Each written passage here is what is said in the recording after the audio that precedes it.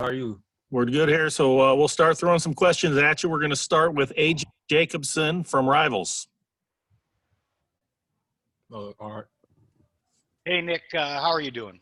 I'm good. How are you, AJ? I'm doing well, thank you. Hey, I asked Coach Cristobal yesterday, I said, who's kind of caught your eye this fall camp? And first words out of his mouth, he talked about yourself and Verone McKinley and the leadership he's seen out of you and how that's kind of excited him. Talking a little bit about Verone McKinley, first of all, and what you've seen out of him, and then talk about why you think Coach Cristobal mentioned you in this leadership aspect. Well, Verone first, he's took a big jump from just being a red shirt his freshman year, and then last year starting the first game from the jump against Auburn, and then ever since then he just been being vocal on defense. That's where it starts for us. Well, I'll take it being vocal within our position group, and then being vocal within the defense, and that's how it starts with us. And then we this year with seniors leaving, he had to step up as well. So that's where he gets his voice from. And as far as I go, I feel like I had great mentors all throughout college. Like Tyree Robertson is one of my freshman year is one that really showed me the ropes of just how college football works, and how to talk to people throughout the team. So throughout my past 3 years, I just had great role models like Troy Dye as well. And I felt myself a little bit last year inching up the totem pole as being a leader, and I feel like this year is just the year where I just explode and just be myself. Next question, Matt Preem from 247 Sports. Hi, Nick. Verone mentioned earlier this week that even with the departures in the secondary, that he feels like this group's still going to be one of the better secondaries in the country. I'm curious, for someone who's in practice and we don't get to see these younger guys, they're going to have to play now more. Where's the confidence coming from? What is these younger guys have shown you guys over the last couple of years to keep the confidence high that you guys are going to be one of the better units in the country? I could say this firsthand. Every freshman that comes through, they all come in hungry, regardless of where they see themselves on the depth chart, regardless of what their situation is. They all come in hungry with the intent to get better in any way possible. So I appreciate that from the young guys as well.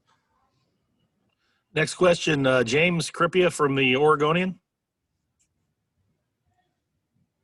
Nick, so many of your peers in the secondary opted out. Obviously, I was just curious if you ever gave that serious thought when, obviously, I know you're friends with everybody, but when so many of them did just make that decision, did you ever give that consideration? No, I did not. Before coronavirus and all this even happened, I always made a point to myself when I first enrolled here that I was going to do all 4 years. And then unless something just magically came up where I just had no choice but to leave. But I always had a plan to stay my all 4 years and do my job and bring as much to Oregon as I can, personally and for the team. Next question, Eric Scopel from 247 Sports. Hey, Nick, good to see you again. Obviously, the opt-outs hit your position group pretty hard, and you lost 3. Talk about the reaction to losing those, and then how great is it having Diamondor back, considering he was one of the ones that initially had planned on opting out? Man, it's great. That's a guy that you all know I've been playing with since high school, and just having him back on my side, and it's back to normal. It wasn't going to be a drop off anyway because I already have a relationship with the guys that was behind him, like DJ James as well. Like I'm real close with him too, but just the chemistry, we've been together for like 6+ years now, so you can't ask for much more. Next question, Ryan Thorburn from the Register Guard.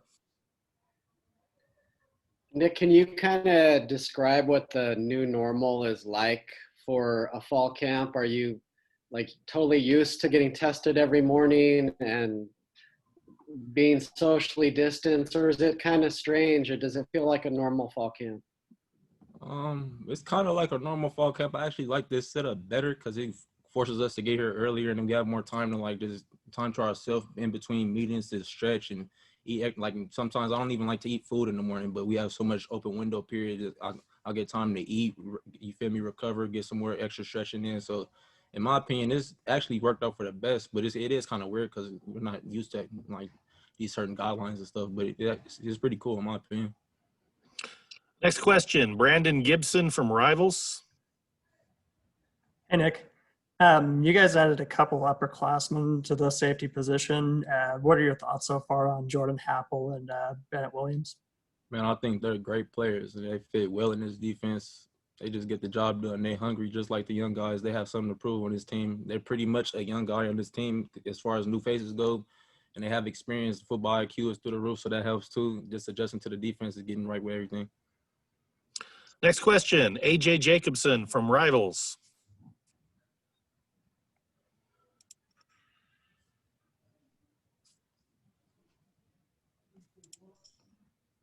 Having some problems with the mute button here. We'll get it. It's all good. Okay, it looks like I got you, Nick. Hey, Nick, you've been here. You're a senior, obviously. You've seen some pretty fantastic quarterback play while you've been here. Talk about these two quarterbacks that, are kind of 1-2 in the depth chart as far as we know, heading so far in camp. In my opinion, they've both done a very well job, whether it's going against the ones or the twos or just mixing it up. I think they both had their fair share of good plays and as well as plays that they can learn from as well. But I'm not on the offensive side, so I can't really go into depth about what they're really going through. And I know that our defense is not just a typical defense that they'll see throughout the season as well. So going against us, we're a tougher defense, in my opinion. So this is just going to make them better regardless. Next question, Jerry Thompson from Ducks Illustrated. Nick, same question I asked Austin is, what's a personal highlight in your 4 years and a team highlight and just your overall experience here? How would you describe it? Personal highlight is definitely my first start against Nebraska, and then getting the victory here in Austin Stadium against them as well. Team highlight is definitely just the end of last season, finishing and getting.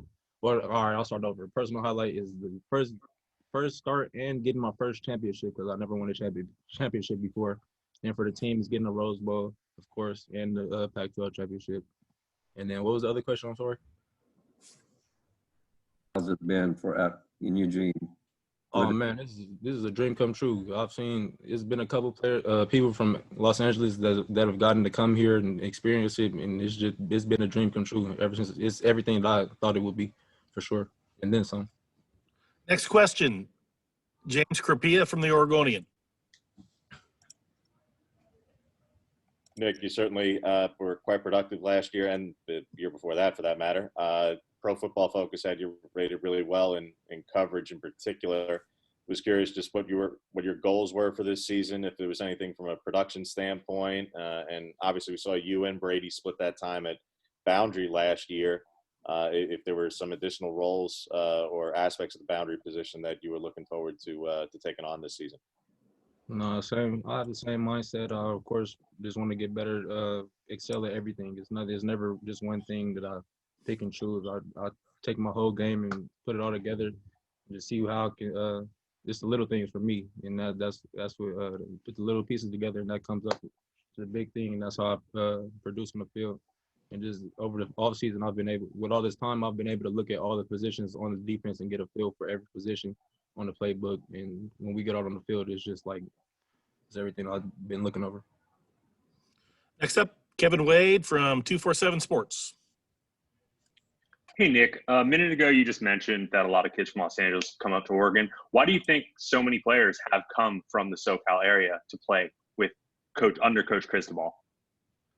Well, from my personal experience, I know back in the day, like when DeAnthony Thomas came, he's really from the city. So just seeing him, like he was somewhat of a neighborhood hero. And you feel me, for city section kids' eyes, and just seeing him do what he did here, it just like it opened all of our eyes and made anything is possible if you really work for it and just continue to grind. So that's why I feel like me being here help other kids just feel comfortable with being here, and like it's more of a family feel when we have more people from LA, and it's more of like a dream chaser type thing that we have a mindset. Next question, Matt Preem from 247 Sports. What have you seen from Steve Stevens and Jamal Hill? Those two guys seem to be brought up quite a bit. Yeah, I love the improvement from both of them. Steve, he's my guy, man. This is going into his third year. It's his time now. I feel like whenever his name is called, whenever he gets that play, he's going to excel. He showed a little bit last year with his pick. It's on from now. And then Jamal, I really like what I'm seeing from him. Last year he was ready, but we had Javon, and you know how that went. But he's ready. I feel like it won't be a drop off within our secondary. That's it, Nick. Appreciate your time. Yeah, I appreciate it. Have a good day. You too.